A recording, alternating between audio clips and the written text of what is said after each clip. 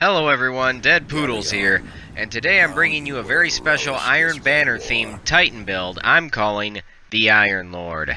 A battle-tested offensive build that brings along some supportive perks for the ride. This build was specifically designed with objective modes in mind, however after playing the Banner event I can say it works just as well in standard modes. We have a lot to go over with this one, so let's get right into it. Although this build is Iron Banner themed, it's built around the exotic chest armor, Crest of Alpha Lupi. This is one of the best exotic pieces I've seen for the Titan so far, and provides a huge advantage to you and your team while wearing it. The perk Survival Well generates an additional orb of light from supers, and a healing pulse when barricade is activated, healing you and nearby teammates a small amount instantaneously. With the correct Type 2 for my helmet, since I still don't have the one from Iron Banner, a mod attached to increase recharge rate for solar class abilities, the Iron Traj gauntlets with a mod attached to increase reload speed for kinetic weapons. This helps out a lot as this build leans heavily on its kinetic weapon. The Iron Traj greaves with a mod attached to recharge solar class abilities faster. And finally, Radagast's Iron Sash, with a mod to increase resilience attached. Utilizing the Sunbreaker Titan subclass to bring the heat with fusion grenades that have increased damage when attached to enemies, Towering Barricade for increased protection after healing post has been activated, and the Code of the Fireforged. I went with this one for increased effectiveness in player vs player situations, with disorienting melee attack that works extremely well, and tempered metal perk that allows for increased movement and reload speed for you and nearby allies after scoring a kill with solar class abilities. Looking back at my weapons, I have the forward path for my kinetic weapon, with tap the trigger, armor piercing rounds, and adaptive frame.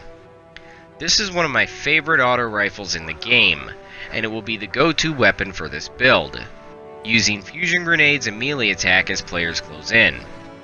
The clip size is nice for its class, allowing multiple takedowns before reloads are necessary. The Hero's Burden in the energy weapon slot, with the perks Threat Detector, High Caliber Rounds, and Adaptive Frame. This weapon takes a secondary role, only really being pulled out when your clip runs empty with the forward path. This SMG does insane damage but kicks like a mule, so pulsing the trigger may be required even at close range, but it's still a very effective weapon. I like to run the middle sight on this one even though it increases range and lowers stability, it feels like it handles better with it on. Finally, we have the Daze Fury in the power weapon slot. Now you could really run anything you want here. I know grenade launchers are not the best weapon in the game, but I did find a way to run this launcher that has some usefulness to it, with the perks Snapshot Sights, Spike Grenades, Volatile Launch, and Precision Frame. The Spike Grenades are where the magic happens here, and with this I found the launcher can be used more like a shotgun. It won't beat the rocket launcher, but it's still fun to mess around with. Jumping into the gameplay, you can see how this build works. The playstyle here is highly aggressive, but also needing some technical know-how for using the right skills for the right situations. Using fusion grenades when backing out of a fight to get the kill in while you heal up behind a barricade can be very effective. I also find that hitting an opponent with the charge attack will completely stop them in their tracks, working almost better than the smoke bombs from the Hunter. You will see some footage here soon of how I ran with this build's grenade launcher.